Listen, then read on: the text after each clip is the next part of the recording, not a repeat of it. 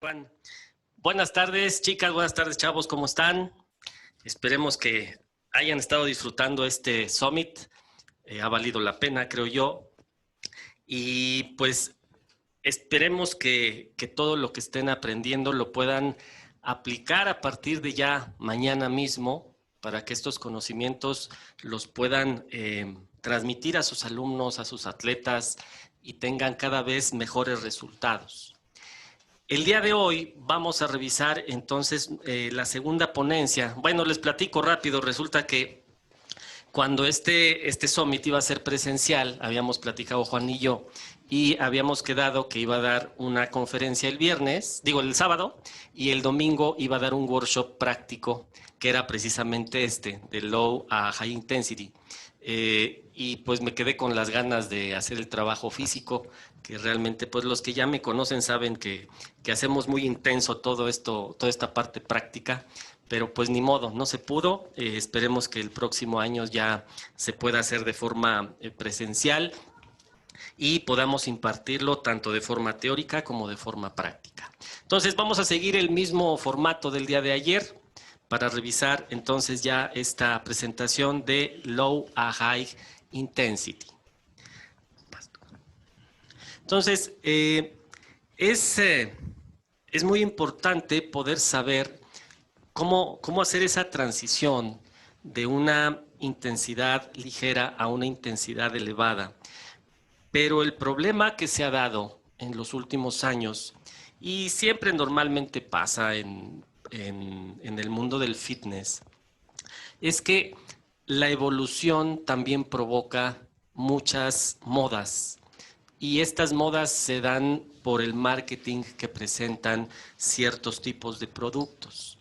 Estas modas que se han hecho a lo largo de ya muchos años en el entrenamiento funcional han provocado que los métodos de entrenamiento, los medios de entrenamiento no se lleven a cabo como tiene que ser y solo se busca pues resaltar en redes sociales o llamar la atención para generar que yo pueda vender más clases, etcétera, etcétera. Pero realmente lo que no se fijan es en el punto central, que es el entrenamiento correcto. Entonces, realmente, como dice Sebastián Borreani, no existe una modalidad de entrenamiento perfecta, ni un método, ni un ejercicio milagroso. Muchas veces en el gimnasio o en las clases o en las certificaciones que dicto, fácil me ha tocado que me pregunten, oiga, profe, ¿cuál crees que es el mejor ejercicio para desarrollar el bíceps? Y es que realmente, como lo dice acá, no hay un ejercicio milagroso, no hay una sola modalidad de un entrenamiento que pueda ser perfecta como para que con un solo tipo de trabajo puedas tener una evolución perfecta.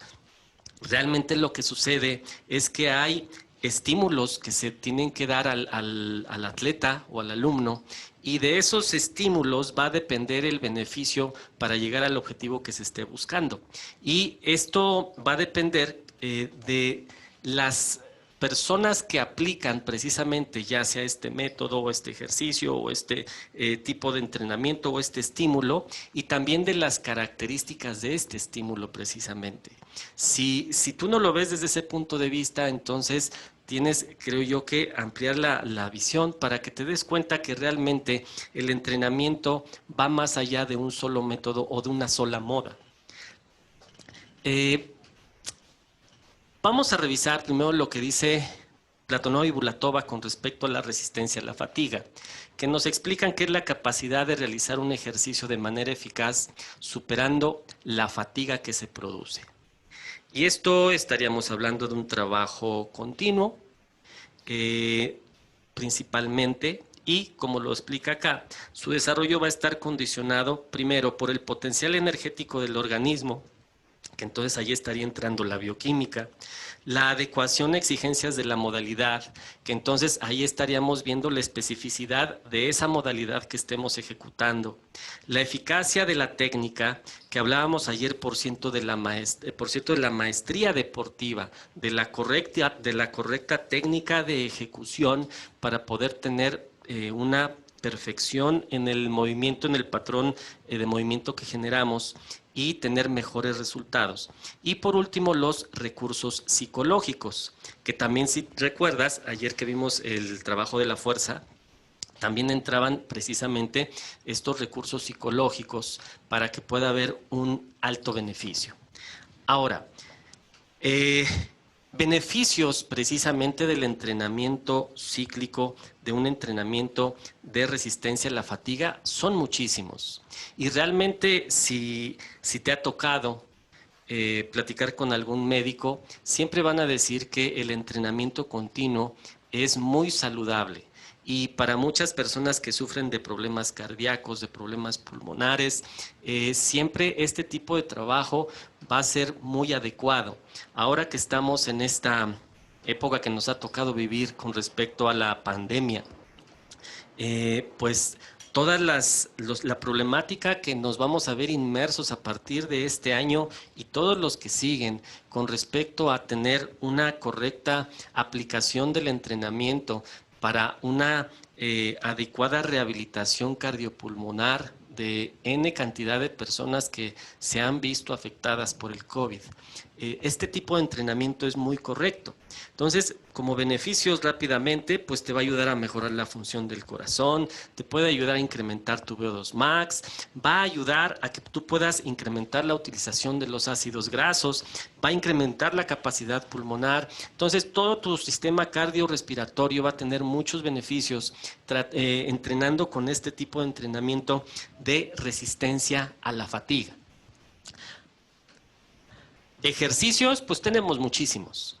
Tipos de ejercicios, como puede ser una máquina cíclica, como es el caso de esta, una elíptica, una caminadora, obvio una remadora, una escaladora, etcétera.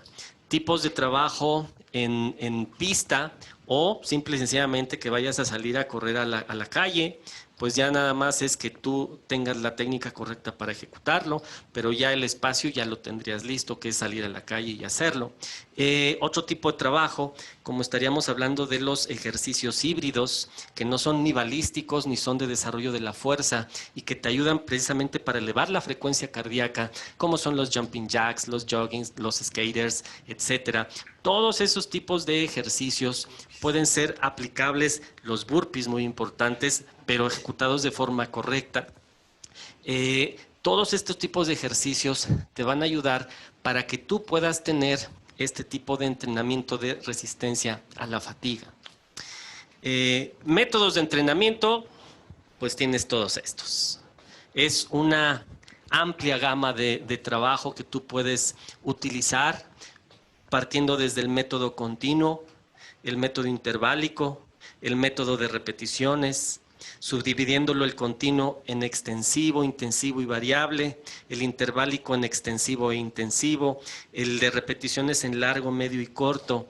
Y toda esta metodología que aquí está, como dijera un profe que tuve de fisiología, la información está en los libros, solo lo único que hace falta es que te pongas a leer. Aquí tienes todo lo que necesitarías saber para cómo llevar un correcto entrenamiento de resistencia a la fatiga. Y hablando de escuela rusa, escuela norteamericana, escuela cubana, etcétera, todas las aportaciones que se han hecho a nivel mundial para tener una metodología deportiva que tú puedas tener a la mano y poder ampliar tus conocimientos, creo yo que vale mucho la pena. Entonces, estos métodos de entrenamiento son lo que nos van a ayudar para poder tener una correcta programación, planificación y periodización del entrenamiento. Tú puedas sacar todos los beneficios que requieras precisamente para este entrenamiento de la resistencia a la fatiga. Ahora vamos a dar una pequeña desviación del de resistencia a la fatiga. Ahora vámonos a revisar el entrenamiento metabólico. El entrenamiento metabólico también ha tenido mucho auge en los últimos años. Es una serie o son una serie de ejercicios que van a aumentar, notablemente el consumo calórico. Este consumo calórico se va a dar respecto a una elevación de la tasa metabólica y va a ser provocado por una acción muscular específica. El entrenamiento metabólico en los últimos años se ha dado un boom, digo, al igual que el anterior, que estaríamos hablando, por ejemplo, de los runners, pero también el entrenamiento metabólico en muchas salas de entrenamiento, como varios métodos, no voy a decir ahorita marcas, pero métodos donde utilizan de forma integrada el entrenamiento de la fuerza con el entrenamiento explosivo, con el entrenamiento cíclico, etcétera. Este tipo de trabajo que busca precisamente un alto consumo de calorías para que puedas ver el resultado de forma más rápida es una estupenda salida para personas que les gusta este tipo de trabajo intenso. Cuando nosotros hablamos de este tipo de entrenamiento metabólico, también tendríamos que revisar que hay que tomar en cuenta algo que se conoce como EPOC, que es el exceso de consumo de oxígeno post ejercicio. No confundir el EPOC que estamos viendo aquí con la patología EPOC, que eso se referiría a un problema de los pulmones. Ese problema que se da por exceso de inhalación de vapores, de humo, de combustiones de madera, de gas, de petróleo, etcétera. Ese tipo de cosas, nada que ver, solo no se confundan con esto que estamos viendo ahorita, que también sería las mismas letras, el mismo acróstico, y el EPOC, el exceso de consumo de oxígeno post ejercicio. Lo que nos explica es que, como lo pueden ver primero en esta imagen, el trabajo de entrenamiento con una intensidad moderada, hablando de un entrenamiento cíclico, va a tener un consumo de oxígeno alto, pero no tan alto. O sea, realmente sí se da, pero el descenso es muy rápido y termina muy pronto. A diferencia del exceso de consumo de oxígeno que se va a producir en un entrenamiento donde es alta intensidad, como es este caso del HIIT, donde este exceso de consumo de oxígeno va a ser prolongado hasta las 24 horas siguientes después de haber entrenado de forma intensa, precisamente con este tipo de trabajo de alta intensidad. Esto se podría explicar que el consumo calórico dentro de una sesión de entrenamiento de baja intensidad, que es continuo pero es largo, durante la sesión el consumo calórico va a ser alto, pero durante el día ya no va a ser tan notorio y va a ser de hecho corto.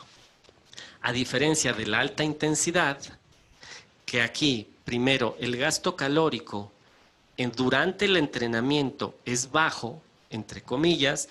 ¿Por qué? Por el tiempo tan reducido de trabajo, pero la ganancia es precisamente en este exceso de consumo de oxígeno post ejercicio, donde va a estar todavía continuando el metabolismo de una forma acelerada y vas a estar consumiendo también cada vez más ácidos grasos durante un tiempo más prolongado.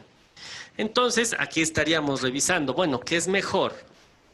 La alta intensidad, la alta intermitencia, como es el HIIT, o el entrenamiento de baja intensidad, que estaríamos hablando del LISS, que aquí te puse precisamente lo que es el significado en inglés, el High Intensity Interval Training o el Low Intensity Steady State. Todo va a depender de la persona que lo realice y del objetivo que esté buscando esa persona, que es algo muy importante que ha pasado también durante muchos años en las salas de musculación. Van dos amigos juntos, uno gordito y uno delgado, y los dos trabajan la misma rutina de 4 series de 10 repeticiones, pero resulta que el gordito quiere bajar de peso y el que está flaquito quiere subir su masa muscular. tienen objetivos diferentes, no puede ser que objetivos diferentes realicen el mismo tipo de entrenamiento con la misma dosificación de cargas y los mismos volúmenes. ¿Por qué? Porque son objetivos completamente separados, completamente contrarios. Entonces, aquí tendría que ver, para saber qué es mejor, pues realmente no es que uno sea mejor que el otro, sino que uno tiene beneficios para llegar a un objetivo y el otro tiene otros beneficios para llegar a otro objetivo. Todo dependerá entonces de quién lo haga y cuál es el objetivo de esa persona. Ahora bien, la que sigue, toca. Tenemos un problema. Y bueno, aquí les puse que las modas, de la moda lo que te acomoda, pero el problema es que en el entrenamiento no es tan fácil. Aquí les puse una imagen, para los que son mexicanos saben a lo que me estoy refiriendo, para los que no son mexicanos les platico que esta frase de sin miedo al éxito apenas se hizo viral hace pocos meses por un muchacho que es el que está en la foto, que un chico con problemas sociales de barrio, pandillero, en una balacera perdió una pierna y después de eso, al estar hundido hasta el fondo con las drogas, salió avante él hizo un gimnasio al aire libre de fierros de tubos y se hizo tan viral esta frase porque ya es un gimnasio muy bien puesto, aunque sea en un espacio al aire libre y que no tenga las posibilidades económicas de hacerlo súper guau, pero ha ayudado a mucha gente de la calle a salir precisamente de sus vicios. Entonces, el problema es cuando las modas hacen que, por ejemplo, los runners salen a correr improvisando y con errores en la planificación. Por eso les puse a Forrest Gump, porque el que haya visto la película sabe que, como dijo él mismo, un día me desperté y me dieron ganas de correr y me fui a correr. Y nada más que el problema es que pues en una película no pasa nada, pero en la vida real sí, porque el que nada más te levantes de tu sofá, una persona que ha sido sedentaria y que quiera ponerse a correr y a correr y a correr y a correr sin una planificación, sin una técnica adecuada, ahí es donde se empiezan a generar los problemas. Y por otro lado, pues tenemos la improvisación sin control de la intensidad que sucede en el HIIT. Cuando vas a un gimnasio y lo único que les interesa es ponerlos a mover de la forma rápida, más rápida que puedan, sin checar la técnica de ejecución, sin checar la colocación correcta de la columna vertebral, solo es una alta intensidad, un alto impacto, buscar que la frecuencia cardíaca sientan que la tienen muy elevada, pero todo es sin tener un control de la intensidad del entrenamiento. Entonces, aquí algo que tenemos que entender es que en el entrenamiento deportivo tienes que involucrar siempre las ciencias exactas. Y las matemáticas son indispensables dentro de esas ciencias exactas que deben de estar incluidas en tu modelo de entrenamiento, a tus usuarios, a ti mismo, etcétera. Y lo primero que tienes que hacer es monitorear, hablando de una alta intermitencia, pero también de un low intensity, estarías teniendo que checar primero el tiempo de trabajo, pero también la frecuencia cardíaca a la que estás trabajando, o el VO2 max si quieres ser todavía más específico, el porcentaje de uno o el porcentaje de otro o el porcentaje de los dos. Y aquí te puedes dar cuenta, si hablamos de un entrenamiento de cardio moderado, el problema es cuando la intensidad se mantiene muy alta durante mucho tiempo.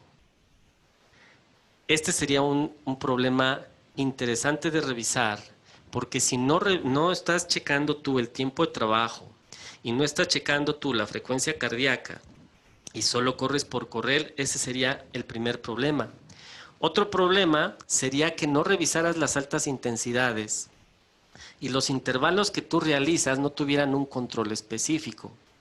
¿Por qué? Porque tienes que estar revisando precisamente cuánto tiempo estás con un pico muy elevado y cuánto tiempo estás bajando esa intensidad para que tu frecuencia cardíaca pueda volver a ligeramente estabilizarse o que se estabilice de forma correcta para poder volver a generar una alta intermitencia y que puedas elevar una vez más tu frecuencia cardíaca.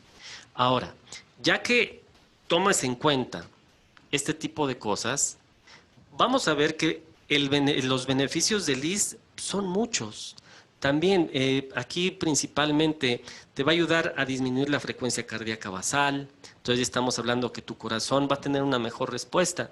Va a incrementar el volumen sanguíneo. También vas a tener, tu salud va a mejorar cada vez más. Y algo que es muy importante, personas que tienen problemas de estabilidad emocional, te va a ayudar a disminuir los síntomas de la ansiedad, de la tensión, de la depresión, del estrés, etcétera. Es realmente muy beneficioso para la salud. Entonces, también habría que ver que el LIS no es que esté ni sobrevalorado, no quiere decir que lo veas como poca cosa. El LIS tiene muchas ventajas, así como la alta intermitencia. Ya nada más habría que ver cuándo lo vas a usar y cómo lo vas a usar. El problema del LIS para muchas personas es el tiempo que dura el entrenamiento, el tiempo invertido en la carrera. Ahora, otro problema es que como te dan muchas ganas de seguir corriendo porque quieres mejorar tus tiempos, porque quieres estar cada vez mejor, porque quieres estar cada vez más, pues mejor preparado físicamente, vas a querer correr más y el correr más te va a provocar, que tengas que involucrar cada vez más tiempo en cada una de las sesiones de trabajo. Otra limitante es que para muchas personas no van a tener el tiempo que se necesita para tener una correcta activación del IS. ¿Por qué? Pues porque, bueno, ahorita que estamos en tiempos de pandemia y que teóricamente estás en tu casa, algunos ya empezaron a salir cada vez más, pero el trabajo en línea es muy demandante en tiempo. Entonces, esta limitante es muy notoria. Y otra, que los principiantes que solo salieron a correr sin dosificar ni tener una técnica correcta y otros tipos de problemas de entrenamiento, van a abandonar este entrenamiento por una desmotivación, porque se funden muy rápido, porque no tienen ese control de cómo llevar un paso, de cómo llevar la frecuencia del paso, etcétera. Ahora, el HIIT es un entrenamiento que, aunque está ahorita muy en auge, pues no es nuevo. Realmente tiene muchos años que se utiliza. Aquí les puse un ejemplo desde 1950, un atleta checoslovaco que se conocía como la locomotora humana, que fue medallista olímpico en pruebas de 5,000 metros, de 10,000 metros y de maratón. Está dentro de su tipo de entrenamiento, dentro de su preparación física. Él ya utilizaba estas altas intermitencias y este tipo de altas intermitencias le permitió poder mejorar sus tiempos y por eso se hizo medallista de oro. Realmente fueron medallas de oro y una de plata que ganó. Pero dentro de su entrenamiento él ya estaba utilizando estas altas intermitencias. Entonces realmente no es nuevo. Y aquí les puse un cuadrito donde pues marca precisamente que desde 1850 ya había noticias de metodólogos que hacían este tipo de entrenamiento, no como se ha pulido ya a últimas fechas, pero ya desde esos años ya había noticias donde se notaba y se veía que este tipo de entrenamiento ya era utilizado.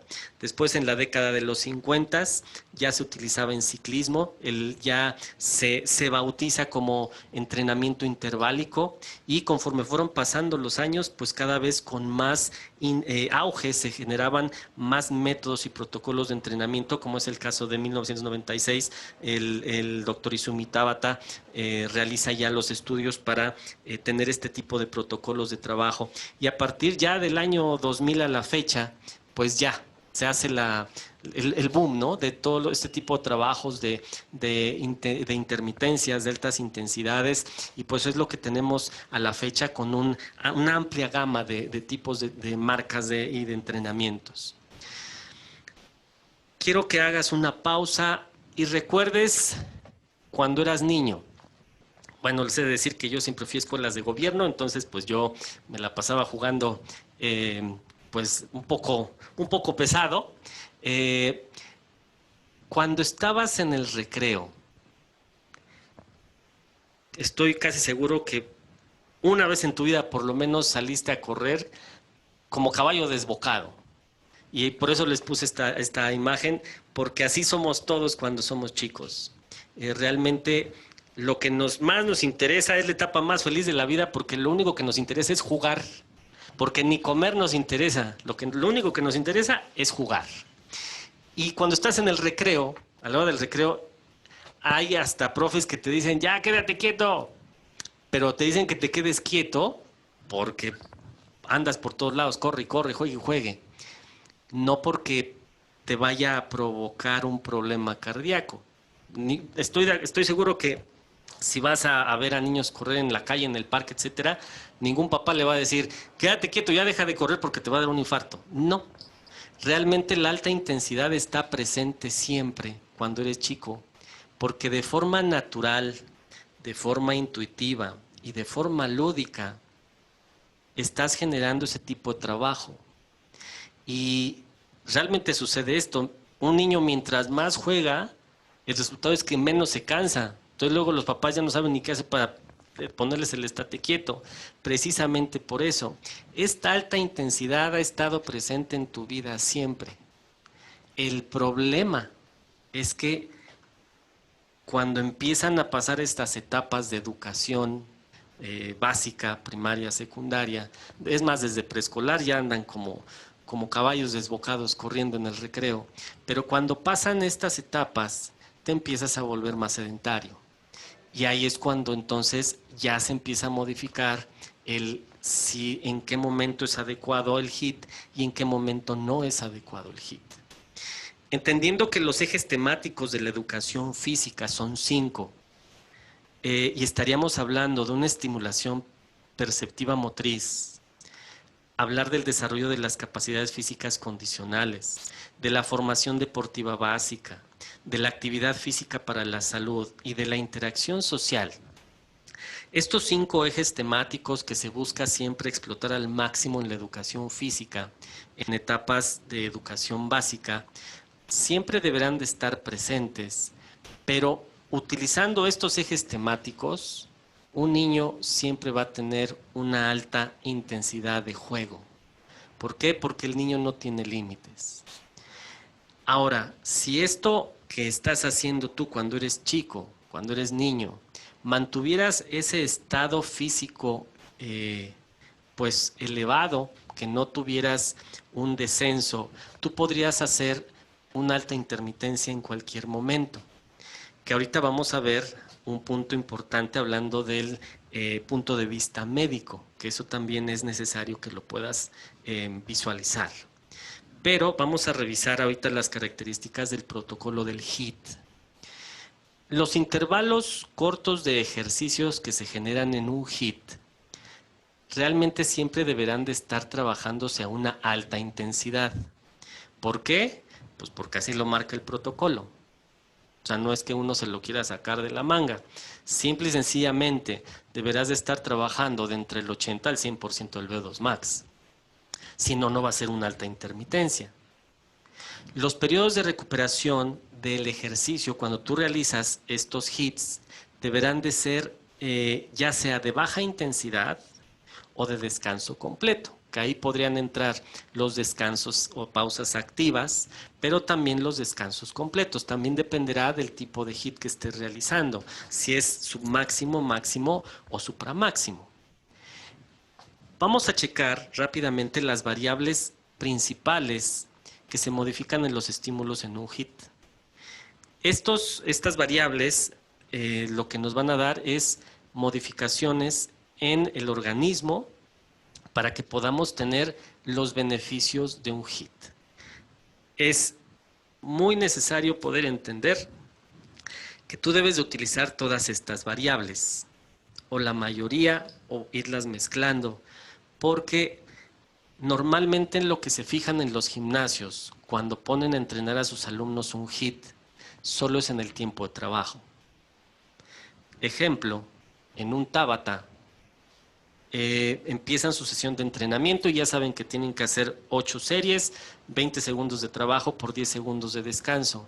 Y solo se enfocan en revisar el tiempo de trabajo y el tiempo de descanso. No se enfocan en todo lo que está aquí atrás de mí, que es muy importante que lo puedas revisar, porque si no, tu HIIT no va a ser un HIIT. No porque dure 20-10, 20-10, 20-10, ya es un HIIT. Tienes que tomar en cuenta la intensidad del trabajo. Si no sabes cuál es el porcentaje de la intensidad a la que tú estás trabajando, un HIIT nunca va a ser un HIIT. La duración del trabajo, bueno, eso ya habíamos visto que los profes sí lo checan, por lo menos en el revisar tiempo de trabajo, tiempo de descanso. La duración del descanso entre los intervalos, que sería eso. La intensidad del descanso, que estaríamos hablando si es un descanso pasivo, un descanso activo, el número de series, la duración de cada serie, la duración de los descansos entre series, la intensidad del descanso de entre series y la modalidad del trabajo, que tendríamos también que ver si realmente el ejercicio que estás utilizando en tu HIIT aplica para poder elevar la frecuencia cardíaca en tal punto que la intensidad se va a hacer una intensidad alta, una intensidad de por lo menos el 80%. Si yo en la modalidad del trabajo pongo a mis clientes a hacer un Tabata, entre comillas, de crunches con curl de bíceps, pues nunca vas a llegar a una elevación de la frecuencia cardíaca para producir los beneficios de un HIIT. Mucha importancia entonces es en revisar las variables que les mostré hace un momento. Entonces, ¿cuál de los dos tipos de entrenamiento es el más saludable? Pues primero vamos a ver los mitos. La mayoría de las personas te pueden decir que el IS es sinónimo de salud, pero el HIIT es un sinónimo de riesgo. Si no controlas las variables que acabamos de revisar, pues hasta los dos pueden ser problemas o te pueden generar problemas y riesgos a nivel tu organismo. Como lo comenté hace un rato, el problema del IS es que no cheques la intensidad y mantengan sin control la frecuencia cardíaca durante más de 30 minutos, rozando intensidades máximas. Sería un alto problema. Entonces, en ese momento el IS ya no sería tan saludable como pensarías que es saludable. El HIIT, pues algo parecido. Como dice Daniel Sánchez, lo insano no es la alta intensidad, lo insano es mantenerla durante mucho tiempo. Estas dos imágenes, pues tú podrías pensar que efectivamente los que están corriendo están perfectamente controlando su salud, mientras el que está en riesgo es el que está haciendo la alta intermitencia. Pero realmente si tú no tienes un control de las variables, cualquiera de las dos puede ser riesgosa o cualquiera de las dos no te va a dar los beneficios que estás buscando porque van a ser un estímulo muy por debajo de lo que necesitas. Ahora, ¿cuál es el paso de low intensity a high intensity? El primer paso para esta transición es recomendar al alumno que se realice una valoración médica de su estado de salud. Y como lo dice aquí, todo dependerá del trasfondo del evaluador. Esa es una frase de Stuart McGill, porque no va a ser la misma evaluación la que te dé un médico general, un médico especialista, un médico de medicina alternativa, un biomecánico, un entrenador. Tú tienes que buscar cuál es la opción más adecuada para que el evaluador te pueda dar una correcta estimación de lo que de cómo está tu estado de salud y sepas si vale la pena en ese momento entrenar un HIIT. Mucho ojo con estos valores, que de hecho los volví a revisar el miércoles, platiqué con un médico para que me los repitiera y efectivamente tienes que tener cuidado Porque si cuando vas a comenzar a trabajar un HIIT, tienes triglicéridos por encima del valor de 150, tienes un colesterol por encima de 200, tienes una glucosa por debajo de 100 o tienes una glucosa por encima de 270, no es el momento adecuado para que tú puedas hacer esa transición precisamente de el low intensity al high intensity. Tiene que haber, obviamente, una adaptación anatómica y pues como lo dice aquí en la imagen, el sentido común y la teoría del entrenamiento nos dice que tenemos que hacer esta adaptación anatómica, hay que preparar al cuerpo para que pueda tener un correcto beneficio de lo que estás buscando, porque todos los que hacemos un entrenamiento lo buscamos para estar mejor físicamente. Lo primero que buscamos es tener más salud, vernos bien, el porcentaje de grasa tenerlo bajo, no tener triglicéridos altos, tener una glucosa correcta, etcétera. Y esto nos tiene que llevar forzosamente a comenzar con una adaptación anatómica.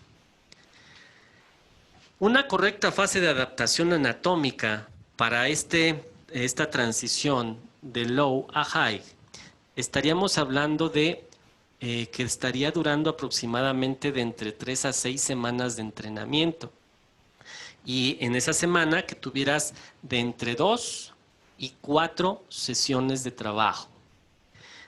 Durante esa fase de adaptación anatómica va a ir gradualmente a la intensidad aumentando de forma escalonada y aparte de la intensidad, hablando de tu frecuencia cardíaca, también la exigencia de la técnica en los ejercicios y los patrones motores de los ejercicios también se tienen que ir modificando cada vez más para que haya un desafío cada vez más elevado conforme van pasando los días de esa adaptación anatómica. Ahora, un punto muy importante es la capacidad de control motor, que es esencial para que un entrenamiento HIIT tenga un bajo porcentaje de riesgo de lesión. En esta imagen te pongo esta chica que trata de mantener durante toda la ejecución de un burpee una plancha lo más activa posible y durante todo el ejercicio mantiene una estabilidad adecuada en la zona lumbar de la columna vertebral. Algo que lo comenté ayer también, es muy importante para que tu salud en tu columna siempre sea buena. ¿Por qué? Porque con el aumento de la velocidad el patrón de movimiento se va perdiendo. Si tú no lo dominas de forma lenta y controlada, mucho menos lo vas a poder dominar con una alta velocidad de ejecución.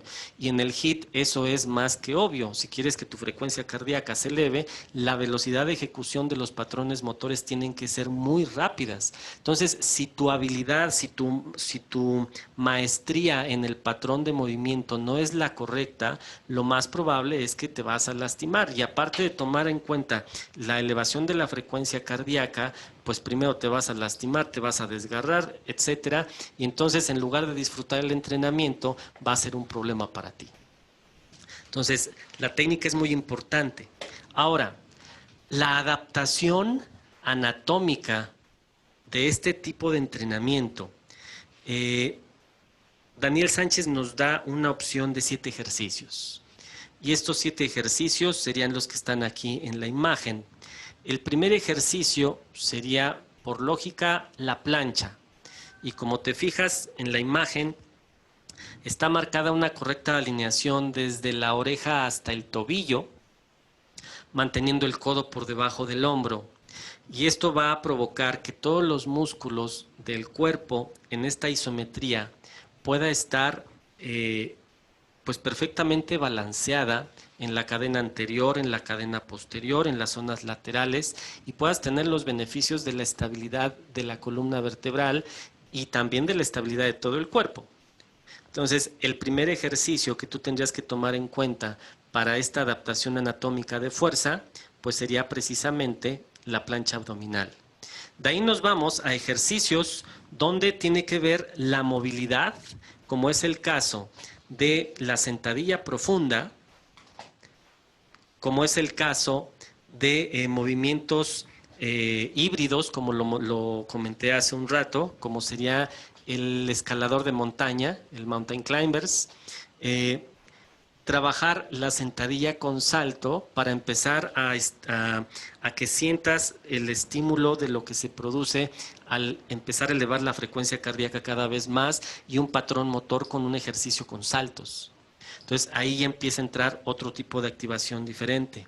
Los fondos, que esto estaría dirigido para que el tríceps pueda soportar mucha carga, debido a que si vas a hacer un burpee, tienes que tener los músculos principales que se utilizan en el burpee cada vez que subes, como es el pectoral mayor y como es el tríceps y el deltoides anterior, estén trabajando muy fuerte.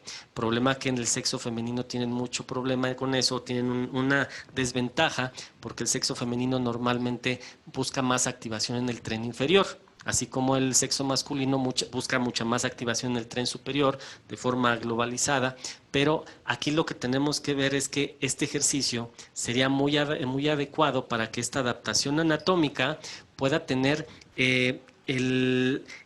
comenzar el desarrollo correcto de la fuerza de los músculos extensores del codo, para que en una push-up, que está, por cierto, aquí abajo, en una push-up puedas hacer la plancha y dentro de la plancha puedas hacer el empuje. Mantengas la alineación correcta desde la oreja hasta el tobillo, pero el trabajo del empuje, el trabajo de la extensión del codo, esté de forma correcta, bien generada, y eso te va a ayudar entonces estos dos ejercicios, tanto la extensión, los fondos para tríceps como la push-up. Y otro ejercicio también importante, que estaríamos hablando de la activación de la zona de la cadena posterior, que estaríamos viendo el puente pélvico, donde los isquiotibiales, la zona de la extensión de la cadera, todos los glúteos van a trabajar muy fuerte, y también los erectores espinales, para poder mantener una plancha desde la rodilla hasta los hombros. Estos 7 ejercicios, a hacerlos en tus sesiones de adaptación anatómica de entre 3 a 6 semanas, es una de las mejores opciones para que te estemos preparando para una alta intermitencia, para hacer esta migración de low intensity al high intensity. Aquí están más específicamente los ejercicios: sentadilla con salto, fondos para tríceps, escaladores de montaña, sentadilla profunda, lagartijas o push-ups, o despechadas, como le dicen también más Centroamérica, puente pélvico y plancha. Y la dosificación de las cargas, estaríamos viendo 2 semanas como mínimo, los 7 ejercicios, 15 segundos por ejercicio y 15 segundos de descanso entre ejercicio. Entonces, fíjate bien, y 1 minuto de descanso entre series. Entonces, aquí el objetivo es que haces 15 segundos de sentadillas, descansas 15 segundos, 15 segundos de fondo, y así nos vamos: 15 de trabajo por 15 de descanso. Terminas el circuito de 7 ejercicios, descansas 1 minuto y vuelves a empezar. Y esto lo vas a hacer 3 sets. Entonces, dentro de tu fase de adaptación anatómica, en tu sesión de entrenamiento, esto no te va a llevar más allá de 10 minutos de trabajo. Entonces, no es un tiempo prolongado, pero sí vamos a empezar a trabajar en forma de circuito, desarrollo de la fuerza óptimamente, una técnica cada vez más depurada, o buscar la técnica depurada, para que al momento de acelerar la velocidad de ejecución de tus patrones motores, tengas una técnica pues lo más limpia que se pueda. Entonces, este sería el circuito de fuerza que iría dentro de tu adaptación anatómica. Otro punto importante: los ejercicios que tú escojas para un HIIT tienen que tener estas 3 características. La primera es que deberán de ser multiarticulares. Y tú ya sabes, tienes que implicar entonces una alta cantidad de músculos y la mayor cantidad de articulaciones que puedas involucrar en ese ejercicio. Otra característica es el impacto global. Tienes que mover todo el cuerpo para poder favorecer a la elevación de la frecuencia cardíaca. Por eso te comentaba que si pones en un Tabata a una persona a hacer crunches, nada más está haciendo flexión y extensión de la columna vertebral y en cierta región, no va a ser lo suficientemente impactado tu cuerpo de forma global para que la frecuencia cardíaca se eleve. Ejercicios monoarticulares va a ser lo mismo. Ese impacto global no se va a producir. Y ejemplos de ejercicios, pues tenemos las autocargas, los utilización de implementos, máquinas cíclicas o simple y sencillamente pista o que te vayas a correr a la calle. Pero realmente, si tú lo quieres hacer de forma correcta, tienes que ver todos estos ejercicios que puedes utilizar, todos estos medios de entrenamiento para que tú puedas ir alternando, si ya estás dentro de un gimnasio o si lo vas a hacer en tu casa, te puedes dar cuenta que en tu casa las autocargas no necesitas más. Implementos, pues habría que ver cuáles implementos serían los más adecuados para aumentar tu frecuencia cardíaca. Las máquinas cíclicas, pues esas tendrías mucho beneficio si tienes en tu casa ya o si vas a ir a un gimnasio a entrenar, porque ahí puedes ir modificando la intensidad del entrenamiento. Y la pista, pues obviamente si haces sprints. Entonces, teniendo estas tres características para que tú puedas involucrarlas y tu entrenamiento HIIT sea realmente un entrenamiento HIIT. La que sigue, por favor. Aquí estaríamos cerrando, muchachos, ya esta presentación. Solo me quedan dos diapositivas. Una, nos autorizó ayer nuestro buen amigo Juan a que demos rápidamente un vistazo a lo que es TIM. Ustedes, si les gusta tener una educación continua, tanto mi compañero David Saloma como yo, que estamos al frente de esta empresa joven que acabamos de crear, que se llama TIM, tenemos una oferta educativa. Esta oferta educativa tenemos a disposición ya 4 certificaciones presenciales, que esperemos que ya en las próximas semanas ya tengamos luz verde para poder hacerlas. Tenemos certificaciones de entrenamiento metabólico, de entrenamiento funcional, de ciclismo estacionario y de entrenamiento de fuerza. Viendo la fuerza con el punto de vista de lo que revisamos ayer, ¿se acuerdan? Todas las manifestaciones de la fuerza englobadas en un punto de vista globalizado, general, pero a la vez de ahí podemos hacer las especificidades para lo que se requiera. Un taller presencial de planificación y periodización. Tenemos un diplomado de entrenamiento funcional, también presencial, que lo estaremos dictando a partir de noviembre de este año. Y bueno, en esta ocasión tenemos, bueno, si es que el semáforo nos lo permite.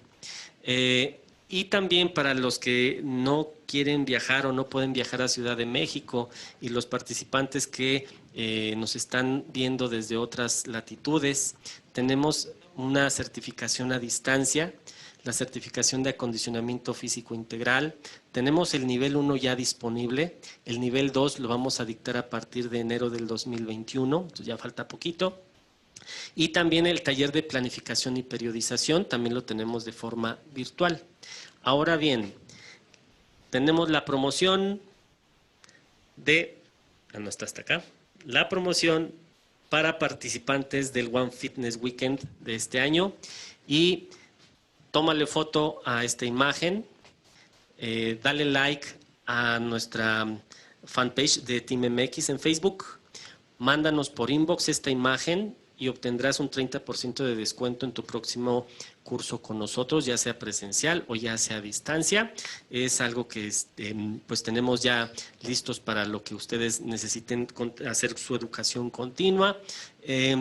De hecho, la presentación, bueno, tanto la de ayer como la del día de hoy ya se las pasé a mi amigo Juan y él se las podrá hacer llegar para los que lo necesiten. Igual, si no le toman foto ahorita a la imagen, pues de ahí de su PDF le toman captura de pantalla y ya nos la mandan al inbox de Team MX. Entonces, esa sería nuestra pues forma de trabajar ya con las dos ponencias que tuve la gracia de dictar hoy. Una vez más, muchísimas gracias por su atención. Esperemos que la información que les hemos dado de ayer y hoy pues les funcione. Estamos para servirles. Cualquier duda que tengan, pues nos pueden mandar un inbox. Aquí están mis redes sociales, en Instagram. Síganme en Instagram. Todos los días publico información educativa, entonces igual les puede funcionar. También está mi perfil de Facebook y la fanpage de Team MX. Y pues por mi cuenta sería todo. Juan, aquí estaríamos terminando. Listo, amigo, muchas gracias. Al contrario, gracias a ti. Por la disertación. Un placer escucharte nuevamente. Muchas gracias, Juan. Y pues un placer y nos estamos viendo pronto. Esperemos que pronto pueda verte ahí en Ciudad de México, así como quedamos. Y perfecto. te mando un abrazo fraterno. Muchas gracias por todo. Muchas gracias a ti, por todo el apoyo, por todo el esfuerzo que has hecho, todo tu equipo y a los alumnos, de veras, gracias por estar dentro de este Summit. Muchísimas gracias. Abrazo, amigo. Hasta luego. Saludos.